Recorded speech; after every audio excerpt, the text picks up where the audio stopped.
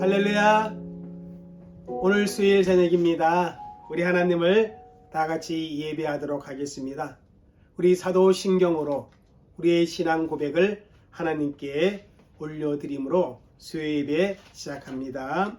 전능하사 천지를 만드신 하나님 아버지를 내가 믿사오며 그 외아들 우리 주 예수 그리스도를 믿사오니 이는 성령으로 잉태하사 동정녀 마리아에게 나시고 본디오 빌라도에게 고난을 받으사 십자가에 못 박혀 죽으시고 장사한 지 사흘 만에 죽은 자 가운데서 다시 살아나시며 하늘에 오르사 전능하신 하나님께 앉아 계시다가 저로서 산자와 죽은 자를 심판하러 오시리라. 성령을 믿사오며 거룩한 공예와 성부가 서로 교통하는 것과 죄를 사하여 주시는 것과 몸이 다시 사는 것과 영원히 사는 것을 믿사옵나이다. 아멘.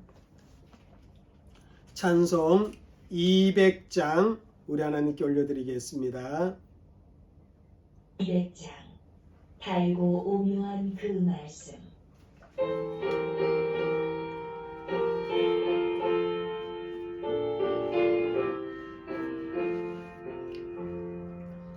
달고 오묘한 그 말씀 생명의 말씀은 귀한 그 말씀 진실로 생명의 말씀이 나의 길과 믿음 밝히 보여주니 아름답고 귀한 말씀 생명샘이로다. 아름답고 귀한 말씀 생명샘이로다. 귀한 주님의 말씀 내 노래 되도다. 모든 사람을 살리는 생명의 말씀은 값도 없이 받아 생명 길을 가니 아름답고 귀한 말씀 생명샘이로다. 아름답고 귀한 말씀 생명샘이로다. 널리 울리어 퍼지는 생명의 말씀은 만의 용서와 평안을 몰고 주나니 다만 예수 말씀 듣고 복을 받네. 아름답고 귀한 말씀 생명샘이로다. 아름답고 귀한 말씀 생명샘이로다.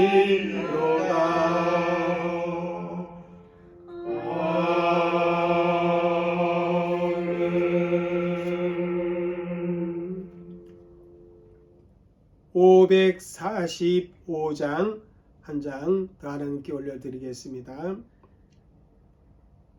145장 이 눈에 아무 증거 아니 되어도.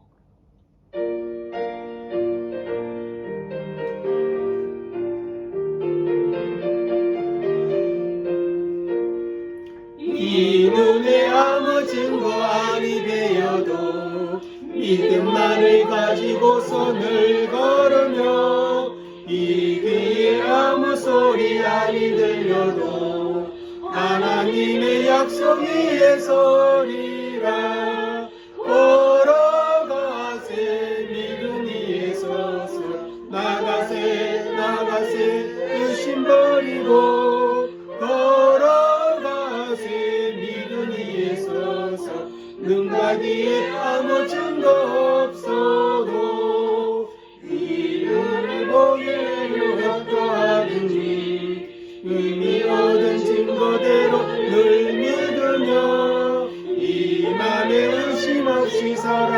때에 우리 소원 주 안에서 이루리. 걸어가세 믿음 위에 서서 나가세 의심 버리고 걸어가세 믿음 위에 서서 눈과 귀에 아무 증거 없어도 주님의 거룩함을 두고 맹세한 주 하나님 아버지는 참 이쁘다. 그 귀한 모든 약속 믿는 자에게 능치 못할 무슨 일이 있을까. 걸어가세 믿음 위에 서서 나가세 의심 버리고 걸어가세 믿음 위에 서서 눈과 귀에 아무 증거 없어도.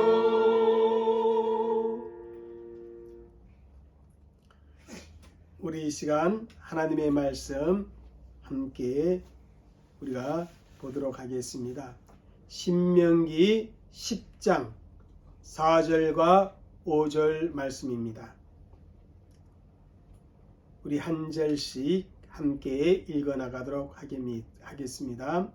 여호와께서 그 총의 날에 산 위 북한에서 너에게 이르신 십계명을 처음과 같이 그 판에 쓰시고 그것을 내게 주시기로 내가 돌이켜 산에서 내려와서 여호와께서 내게 명령하신 대로 그 판을 내가 만든 게에 넣었더니 지금까지 있느니라.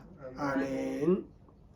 우리 이 시간에 함께 교회를 위해서 우리 기도하는 시간을 갖도록 하겠습니다. 우리 섬김의 교회가 정말 가르치고 전파하며 치유와 섬김이 있는 그런 거룩한 신앙의 공동체로 하나님 앞에 건강하게 세워지고 우리 모든 성도들이 주 안에서 정말 예수의 제자답게 그렇게 믿음 생활에 나갈 수 있도록 또 오늘 말씀을 배울 때 성령께서 친히 우리를 가르쳐 주옵소서. 우리 이 시간에 함께 동일한 기도 제목을 가지고 기도하도록 하겠습니다. 같이 기도합니다. 참 좋으신 아버지 하나님 감사합니다. 오늘도 사랑하는 주의 백성들이 하나님을 예배하는 가운데 또한 교회를 위해 이 시간 기도하는 시간을 갖습니다. 아버지 하나님 우리 섬김의 교회에 주의 성령께서 함께하여 주시고 성령으로 역사하여 주옵소서. 정말 하나님이 기뻐하시는 그런 교회의 모습으로 아버지 건강하게 살아갈 수 있게 하여 주옵소서. 가르치고 전파하며 치유와 섬김 있는 거룩한 신앙의 공동체를 굳건하게 하나님의 은혜 안에서 잘 세워지는 역사가 있도록 성령이 어도와 주옵소서. 또 아버지 하나님 간절히 바라고 원합니다. 우리 성도 한 사람 한 사람 정말 아버지 하나님 믿음이 더욱 강건해지게 하시고 아버지 반석 위에 그 아버지의 삶을 세울 수 있는 그런 은혜가 있게 하여 주옵시고 아버지 하나님 저 어디 있든지 예수의 제자다운 그런 삶을 살아가는 그런 은혜가 있도록 성령이 어도와 주시고 은혜를 함께하여 주옵소서. 우리 주의 성령께서 그렇게 역사하시고 은총을 다하여 주시옵기를 주여 간절히 바라고 원하오니 성령이 그렇게 역사하여 주시고 은혜를 함께하여 주옵소서. 감사합니다. 오늘 말씀을 볼 때도 성령께서 함께하시고 정말 아버지 우리를 가르쳐 주시고 우리가 진리 가운데 가는 은혜의 시간이 되어지도록 성령이 어도와 주옵소서. 감사하며 예수님 이름으로 기도 올립니다. 좋으신 아버지 하나님 감사합니다. 오늘 또 우리가 예배하는 가운데 교회를 위해 하나님 앞에 올려드렸습니다. 우리 섬김의 교회가 하나님의 뜻에 합당한 교회가 되고 건강한 교회로 세워지는 그런 은혜의 역사가 있게 하시고 우리 성도들의 정말 사랑의 수고로 교회가 더욱 든든히 세워지는 은혜가 있게 하여 주옵소서. 또 아버지와 말씀을 들을 때 진리 가운데로 우리가 인도함을 받는 성령의 역사함을 체험하게 그렇게 역사하여 주옵소서. 감사하며 예수님의 이름으로 기도 올려옵나이다. 아멘. 오늘 우리가 공부할 소율이 문답은 제41문입니다. 이 41문의 질문 내용을 보도록 하겠습니다. 읽겠습니다. 그 도덕법이 요약되어 담겨 있는 곳이 어디입니까? 도덕법이 요약되어 담겨 있는 곳이 있다는 것입니다. 그것이 어딘가? 답은 이것입니다. 읽겠습니다. 시작. 그 도덕법이 십계명에 담겨 있습니다. 여러분, 우리가 39문을 공부하면서 소요리 문답은 크게 두 부분으로 나누어진다. 그렇게 말씀을 드렸습니다. 첫째 부분은 사람이 하나님에 대해 어떻게 믿어야 하는가, 그러한 내용을 가지고 우리가 38문까지 공부를 해왔습니다. 두 번째 부분은 하나님이 사람에게 요구하는 것이 무엇인가, 그 부분에 대한 내용으로 구성되어 있는 것을 봅니다. 39문부터 우리가 두 번째 부분을 배우고 있는데 39문 문답에서는 하나님께서 사람에게 요구하시는 의무는 하나님의 계시된 뜻에 복종하는 것이다. 그렇게 우리에게 가르쳐 주고 있습니다. 하나님이 저와 여러분에게 요구하는 의무는 하나님께서 계시한 그 뜻에 복종하는 것을 하나님은 우리에게 요구합니다. 그리고 40문답에 가서는 하나님께서 사람의 복종의 법으로 처음 계시한 것은 도덕법이라 그렇게 가르쳐주고 있습니다. 이 도덕법을 포괄적 의미로 율법이라 그렇게 말하기도 합니다. 그러나 이 도덕법은 모든 율법을 다 의미하는 것이 아니라 의식법과 시민법을 제외한 율법을 뜻한다. 그렇게 지난번에 말씀을 드렸습니다. 여기서 의식법은 뭐냐면 이겁니다. 의식법은 성막과 성전에 드려지는 희생제사와 관련된 그러한 율법을 의미하고 있습니다. 그리고 시민법은 하나님께서 한 국가로서 이스라엘 백성들에게 주셨던 율법을 의미하고 있습니다. 다시 말하면 이 시민법은 이스라엘이라는 나라를 운영해 나가는 데 필요한 그런 법이다. 이렇게 말씀을 드릴 수가 있습니다.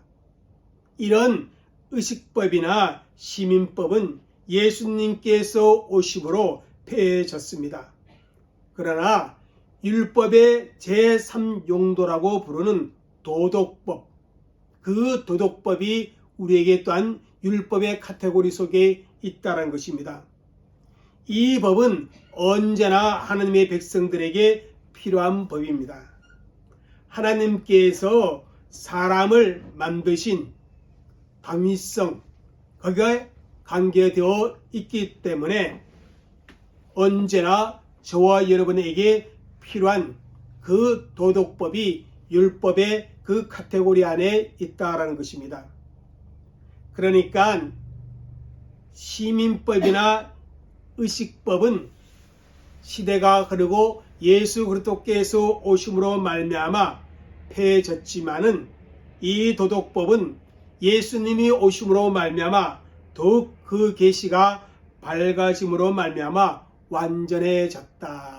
그렇게 말씀을 드릴 수 있습니다. 하나님께서는 하나님의 백성들에게 언제나 이 법이 유효하도록 했습니다.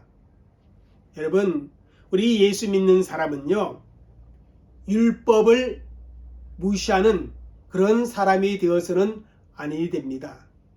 믿음이 있는 사람에게 항상 따라오는 것은 뭡니까? 말씀대로 행하는 삶입니다. 그렇기 때문에 우리는 율법을 무시해서는 아니 됩니다.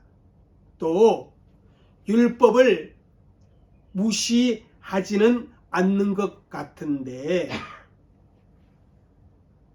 율법에 상관없이 하나님의 뜻에 상관없이 살아가는 그러한 사람들의 모습도 보게 됩니다.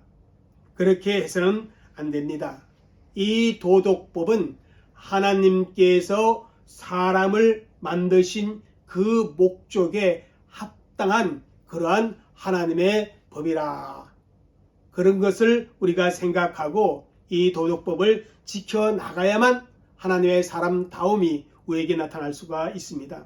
그런데 하나님께서는 처음부터 사람들에게 성문화된, 다시 말하면 문서로 기록된 그런 도덕법을 준 것은 아닙니다.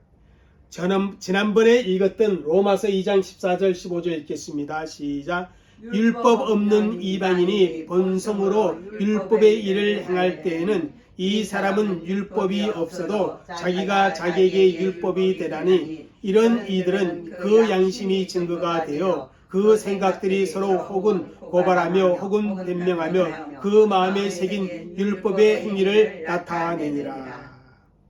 하나님께서 사람을 창조하실 때 도덕적 존재로 사람을 창조하여 주었습니다. 그래서 여러분, 도덕법은 하나님께서 아담 안에서 모든 인류에게 주신 복종의 규범입니다. 그러므로 아담 이후 모든 시대, 모든 장소, 모든 사람에게 영향력을 끼친다는 것입니다. 달리 말하면 이 도덕법에 예외된 사람은 아무도 없다는 것입니다. 예를 들어 여러분, 어떤 사람이 율법을 알지 못함에도 불구하고 본성적으로 율법을 지킬 때가 있습니다. 성경은 오늘 읽은 로마서 2장 15절에 보면 이것을 양심의 증거라. 이 양심을 통해 사람은 사회 전반에 어느 정도 질서와 공의가 세워지는 것입니다.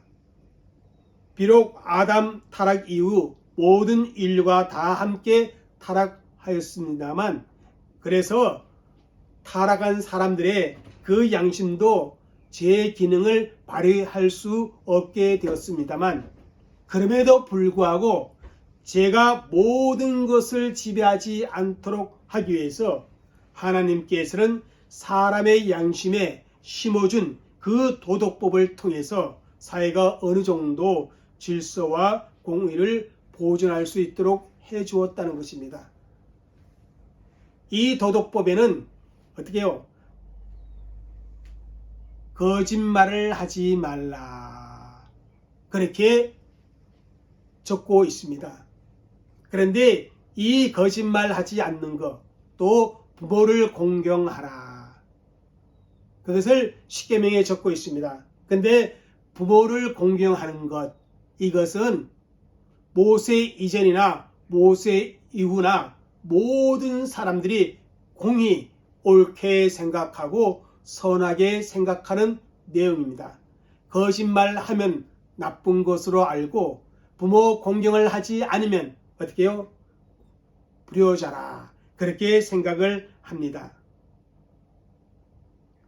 여러분, 이 도덕법을 하나님께서 아담 창조 이후에 사람의 마음속에 심어 놓은 것은 그 누구도 이 도덕법에 저희를 수 없다라는 의미입니다. 때문에 이 도덕법에 대해 사람들은 핑계할 수가 없는 것입니다. 그래서 모든 사람들의 마음속에 이 도덕법이 있습니다. 그런데 오늘 41문답에서 이렇게 질문을 합니다. 한번 읽겠습니다. 그 도덕법이 요약되어 담겨 있는 곳이 어디입니까? 사람의 양심 속에 본성적으로 도덕적인 존재이기 때문에 그 도덕법이 있는데, 그 도덕법이 담겨져 있는 곳이 있다는 것입니다. 문서화되고 기록된 곳이 있다는 것입니다. 이 질문에 대한 답변이 이겁니다. 시작.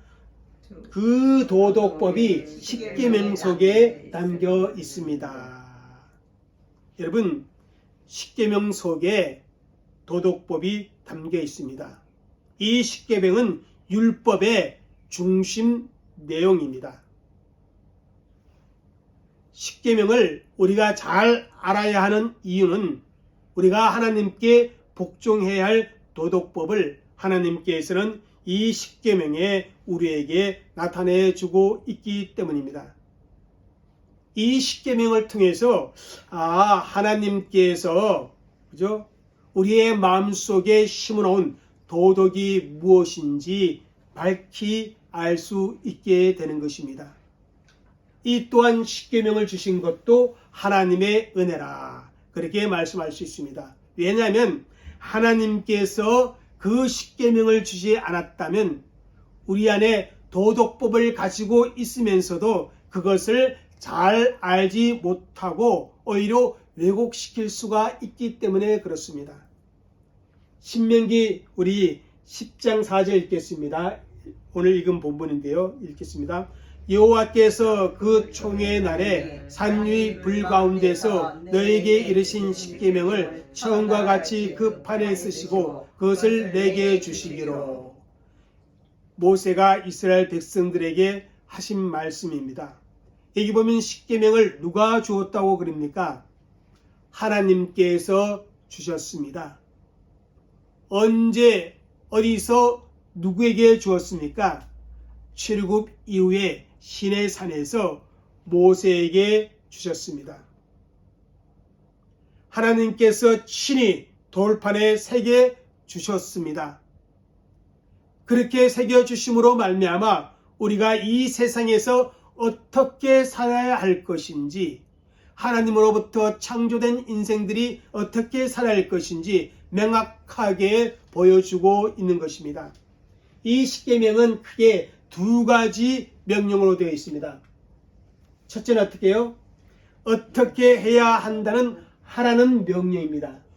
두 번째는 어떻게 해요? 어떻게 해서는 안 된다는 금지 명령입니다.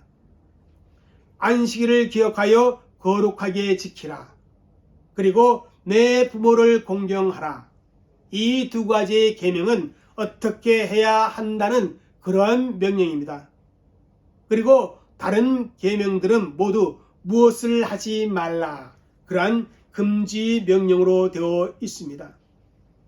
그런데 우리 소열이 문답은요. 이 계명을 공부할 때 하나님께서 요구하시는 것과 하나님께서 금하신 것을 함께 공부하도록 되어 있습니다. 왜냐하면 각각 계명은 두 가지의 그 의미를 다 담고 있기 때문에 그렇다는 것입니다. 하나님께 요구하시는 것이 무엇인지, 하나님께서 금하신 것이 무엇인지 그 하나하나의 계명 속에 다 담고 있다는 것입니다. 예를 들어 무엇을 해야 한다고 하는 명령을 우리가 한번 생각해 보세요. 내 부모를 공경하라. 이렇게 계명을 주셨습니다.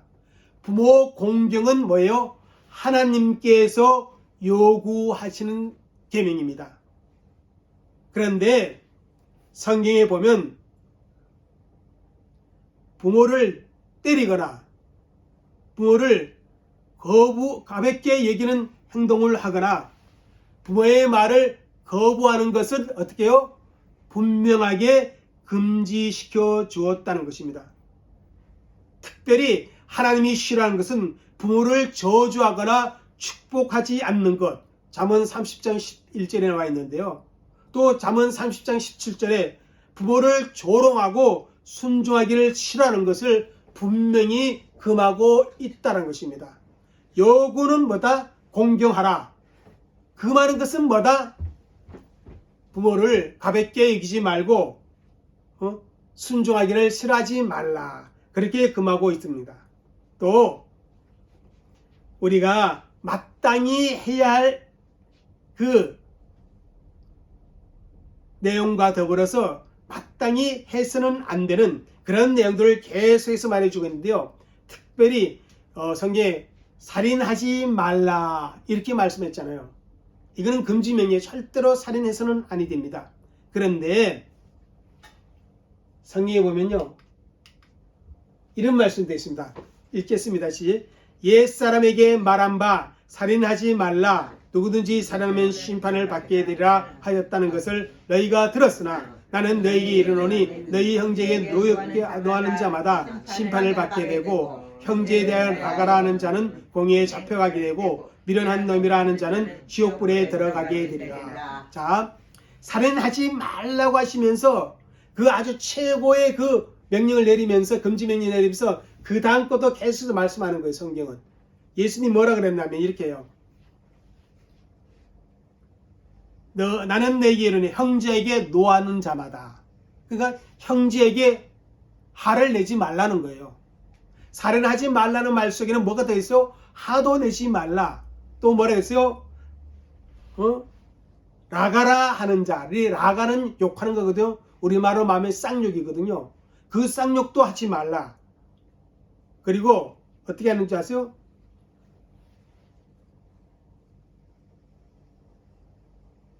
미련한 놈, 상대를 무시하거나 상대를 업신여기는 그런 비아냥, 그런 말도 하지 말라는 거예요. 그러면서 그런 것도 하지 말라고 하면서 살인에 대해서 얘기하면서 무엇을 말씀하냐 이걸 말해요. 우리가 그런 건 하지 말아대 말대 해야 하는 것은 이거라는 것입니다. 읽겠습니다. 시작. 그러므로 예물을 제단에 드리다가 거기서 내 형제에게 원망 들을 만한 일이 있는 것이 생각하거든 예물을 제단 앞에 두고 먼저 가서 형제와 화목하고 그 후에 와서 예물을 드리라. 적극적으로 어떻게 해요? 사람에게 살인하지 말라 했지만은 적극적으로 뭐예요? 서로 화목하고 연합하라. 그렇게 말씀하고 있는 거예요. 심지어 요한 1서 3장 17절 18절에 보면 형제의 궁핍학을 보을 때에 어떻게 해요? 도와주어야 한다. 이렇게 얘기해요. 이런 것들은 하나님께서 사람을 창조하실 때에 사람에게 주신 마땅한 삶의 도리라는 것입니다. 우리를 도덕적인 존재로 창조하신 것은 그렇게 살아가야 한다는 것이에요. 이 도덕법의 중심 내용이 어디에 있나? 바로 십계명에 포함되어 있는데 그 십계명의 한 계명마다 포괄적인 해석을 하면 부모 공경하라. 이거는 우리가 해야 할지만 부모를 업신여기거나 부모 말에 거역하지 말라. 그것도 있다는 것이죠. 그런데 이 십계명을 주신 목적이 무엇인가? 왜 하나님께서 우리에게 십계명을 주셨는가? 사실 우리가 이겁니다. 십계명을 읽겠습니다. 죄를 깨닫도록 하기 위해.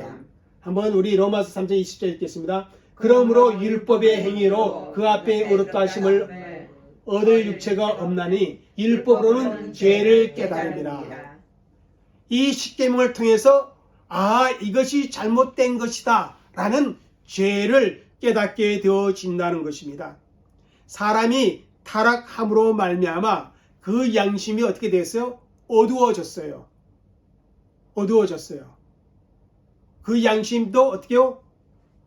타락해졌어요. 그래서 죄를 죄로 알지를 못하는 경우가 너무 많습니다. 그래서 십계명을 통해서 분명하게 계시해 주었습니다. 이것이 하나님이 우리에게 주신 뜻이다. 그래서 어떻게 해요? 이 십계명을 통해서 우리가 뭘 깨달아요? 죄를 깨닫게 되는 거예요. 죄라는 것이 남의 물건 도둑질 하는 것만 죄가 아니라 부모 말을 잘 안 듣는 것도 뭐다? 죄고요. 또 수근수근에 남 흠보는 것도 뭐예요? 죄라는 것을 성경은 우리에게 가르쳐주고 있다는 것입니다. 두 번째는 이겁니다. 십계명 주신 두 번째 시작. 예수 그리스도께로 우리를 인도한다. 갈라디아서 3장 24절 읽겠습니다. 이같이 율법이 우리를 그리스도께로 인도하는 초등교사가 되어 우리로 하여금 믿음으로 말미암아 의롭다함을 얻게 하려 합니다. 아까 율법의 행위로는 어떻게 해요? 의롭다함을 얻지 못한다 그랬어요. 우리가 타락한 인간이기 때문에 더 이상 하나님이 말씀하신 그 도덕법을 지켜나갈 힘이 없는 거예요. 그래서 이게 죄라는 것을 아는데 힘이 없어. 내가 그걸 완벽하게 지킬 힘이 없는 거야. 왜? 내 양심이 타락했고 내 마음의 본성이 어떻게 해요? 죄인이기 때문에.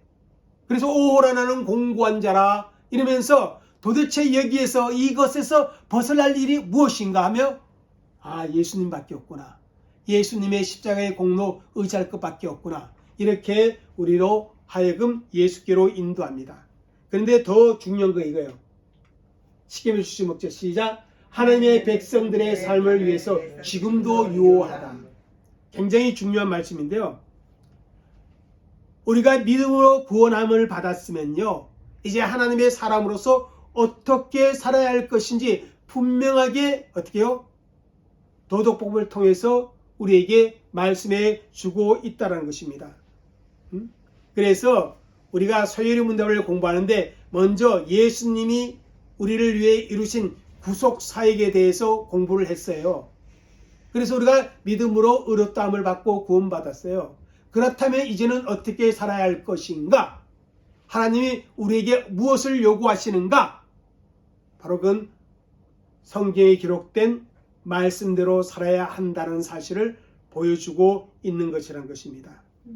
오늘 갈수록 성도들이 그 삶 가운데 특별히 이 십계명을 잃어버리고 있어요. 우리가 다 제가 계속 얘기하지만은 얼마 전까지만 해도 어때요? 몇 년 전까지만 해도 정말 부모 공경이 그죠? 사회의 어떤 큰 그 기준이었어요. 근데 지금은 그런 것들이 다 무너지고 있어요. 과거에는요, 거짓말을 참 나쁘게 생각했는데요. 요즘은 거짓말도 필요하다고 하면서 거짓말을 거짓말하는 그것을 그리고 옳다고 얘기하는 그런 사회 분위기가 되어져 버렸습니다. 그런데 하나님 믿는 저와 여러분은 그러지 말아야 한다. 그것을 하나님께서 우리에게 알려주시기 위해 분명히 기록된 말씀으로 우리에게 십계명과 하나님의 법을 우리에게 주셨다라는 사실입니다. 하나님께서 우리에게 요구하시는 그 도덕법의 중요한 요체가 뭐냐?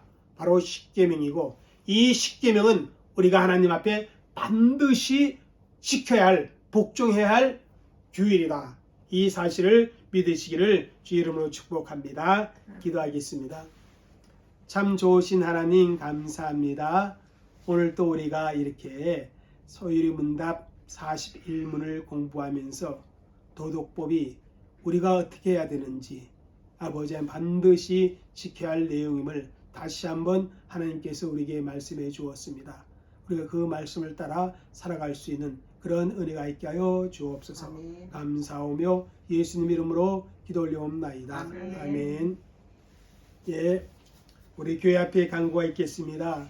계속해서 여러분 삶의 현장 속에서 우리 섬김의 교회를 생각하시고 기도해 주시기를 부탁을 드리고, 또 우리 각 지체들 위해서 여러분 중보 기도 부탁을 드리겠습니다.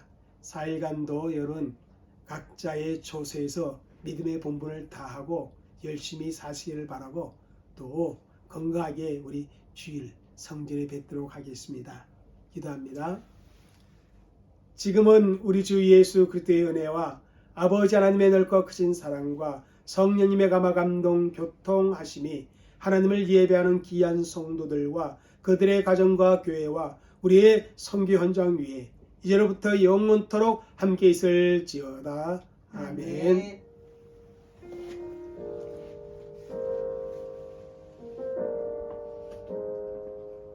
샬롬, 평안하세요.